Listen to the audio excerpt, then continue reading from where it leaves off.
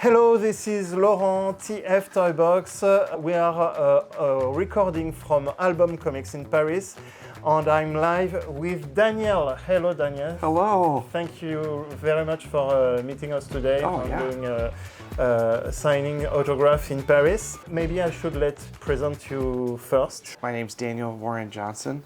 I write and draw comic books, and I've worked on such titles like Do a Powerbomb, Beta Ray Bill, everything here. I started to research your work, really nice work. You have a specific, even for Transformer, you have a specific line of artwork. How did it came to you in a creative process? I guess it took years, but you have a very specific style, very harsh, maybe is the correct word in English? Intense. I totally understand. Well, I grew up, do you have, Calvin and Hobbes? Oh, yeah. Yeah. In the States, public libraries, where I grew up, they didn't really have comic books yet. This is back in the early 90s, mid-90s. The only comics they had were comic strips like Calvin and Hobbes, so I was reading that. It was like the first thing I was reading. And all the action that Bill Watterson would draw, that was a big influence on me, and stretching figures, and when Hobbes would like tackle Calvin out the door, his whole body would stretch. So that's what I was like. Those were the first comics I ever started reading for real. So it started there, and from then on, just reading a ton of different stuff.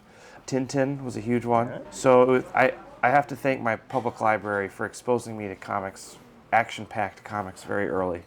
Yeah. Cool. You are in Paris, obviously, for a lot of autographs with all those brands, but we are here for one specific today, Transformers. Yes. I'm a French YouTuber, and I'm a fan of Transformers since 1986. So the perfect cover, the perfect. I've seen you have a YouTube channel. Yes. You explain the process, but for those who don't know you yet, because in France the French version is going to be released very soon. Okay. It's a 6-7 number, I guess. Yep. 6 issues. Yep. 6 issues. But for France, the French version is going to be released very soon. Yeah. So for our viewers, in a way, how did you get into Transformers? Well, I was quite young when I started watching the reruns in America, because the series came out in 84, I believe, but I wasn't born till 87. Okay. So in the mid-90s, they were doing reruns of Transformers after I get home from school, and I watched the reruns, and that's how I was exposed to it. And then, did you guys have Blockbuster? Like video rental services? I know, yeah. Like VHS? VHS? It's a famous American one. Yeah. So when we go to Blockbuster to rent like a family movie, I'd beg my mom, please, can we borrow or can we rent the movie, the 86 movie? So the 86 movie was a huge influence on me as well. So it's the TV show and the movie together that really made me a fan. My grandfather bought me the Transformers, the Optimus Prime original toy when I was very young. So Transformers has always been very ingrained with my childhood, and I have never really been able to separate it. I can't exist. My childhood, Transformers, my childhood. So I don't know if that's a good thing or a bad thing, but that's what I tried to channel when I made this book. I understand you a bit on that. Yeah, you can't really separate it. How did you end up writing for Transformers via Hasbro or maybe the Urban Comics? Transformers is a Hasbro property, but it's being published in comic form by Skybound. Skybound. Yes, Robert Kirkman's company. And Skybound worked with me on Extremity and Murder Falcon, some books that I worked on in 2016, 2018 about. And I had a great experience with them working on those books. And they came back to me to ask if I'd work on Transformers with them as well. So that was really awesome, very humbling. I thought about it because I was working on Do a Powerbomb at the time with Image Comics, but I thought about it for a little bit, and I thought, I think I could really make something special here. And because of that, I said yes, and I'm glad I did. Did you made all the decisions I read the English version, so I know a bit what's happening in the 5 first comics. Do you have all the cards to decide the guideline of the story, or do you have specific inputs? Robert Kirkman had like a really big outline, like of really big things that he was thinking could happen. But the way that we get there is up to me. The characters and the robots that we chose to put in was up to me. All of the character motivations and kind of how they're feeling and their personalities, also up to me. So I had a tiny bit of input, but it was mostly my own thing. Mostly me channeling what I love about the Transformers. There was a lot of freedom there in a way that I really appreciate, and it was just really fun to draw too. And nobody told me how to draw. I was able to just be myself, which was real great. That's good. Yeah. For creativity, it's really cool. Two questions from what you said. You have themes, you have points, I guess, where you have to go. Transformers is part of this bigger universe. Yes. It's not the only comic. There's Yes. Void Rivals, French, sorry. It's all good. Void Rivals. Cobra or G.I. Joe are Yep. going to be involved, etc. Do you know already there's going to be a big there's going to be a big crossover, but for now the idea is to develop separately the license. I think Maybe my question would be, me, yeah. when can we expect a first crossover? a big crossover. Yeah. That's a really good question. I don't actually know. Okay. I know that we're planning on continuing, like, did you read issue 2 of Transformers? Yes. How Duke tied into issue 2. Yeah, you already did that. It was a little bit, it wasn't really a crossover, it was more like a little kiss before, moving on. So I think there's going to be more little kisses, little crossovers. Nothing huge yet. Okay. Specific huge things I have not heard anything about.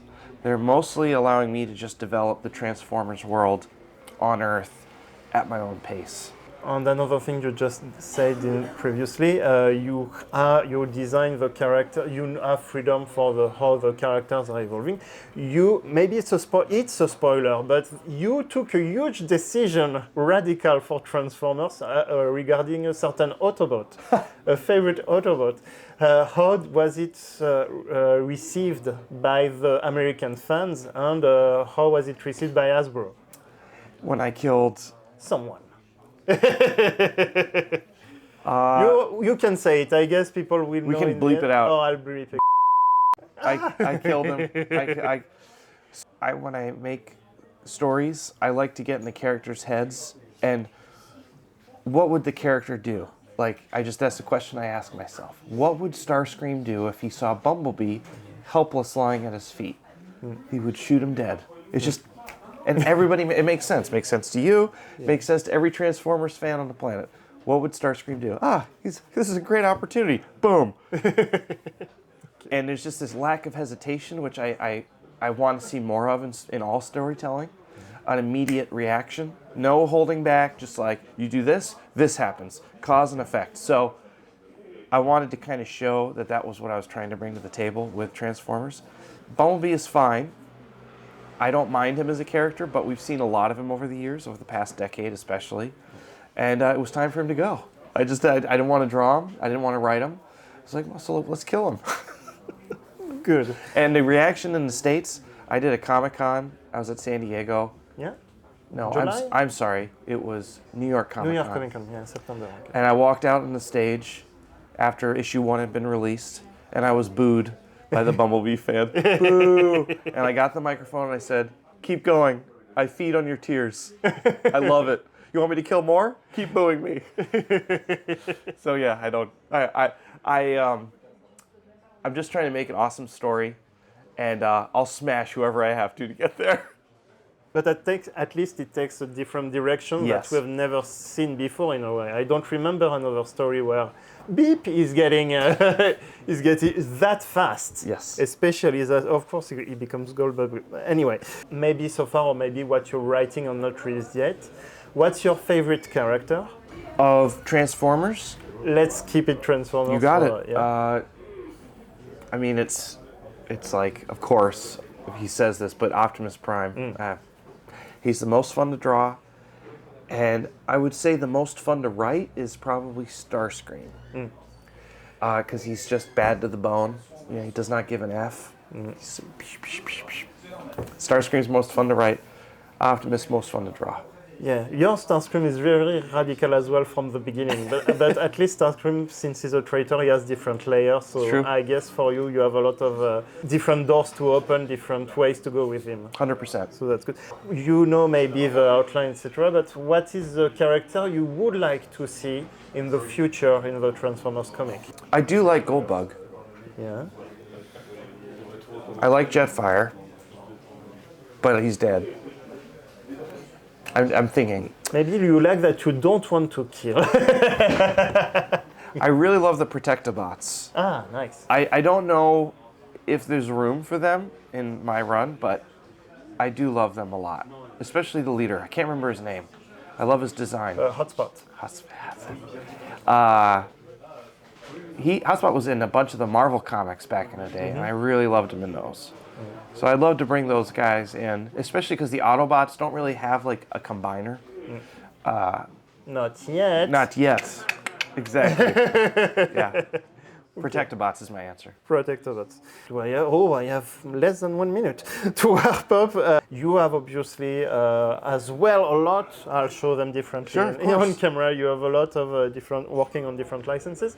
Do you take sometimes ideas from other licenses to inject in the current Energon or universe, or the other way around? Did you draw something in Transformers, wrote something in Transformers that you want to incorporate in another story? That's a great question. One of my first comic book gigs was the Ghost Fleet, and when I took the gig, I knew there was going to be a ton of trucks in it, and I had no idea how to draw trucks, like, at all. So I had to teach myself, and I feel like I got pretty good at drawing vehicles because of this book. So I took my knowledge that I learned here into Transformers for sure. But honestly, you know, I don't know if I've ever really drawn character designs that are so bulky that like they are in Transformers. So I really had to teach myself a new way how to draw expressively, even when drawing like blocky characters like Optimus Prime or Starscream, or because I was basing them off the G1 designs, and they're like really blocky figures. Like they're kind of hard to move around, and like I remember I was trying to have Starscream put Optimus in like a chokehold, you know.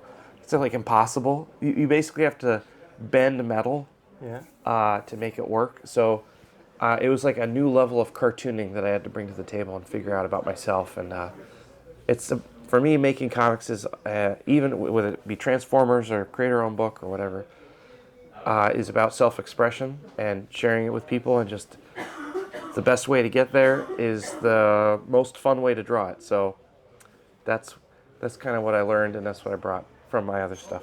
Okay, and I guess to conclude, what can you, with the release of the first 6 comics in one for France, what can you say about this story, and a last word of you on this first chapter of Transformers? I would say I had such a good time making it.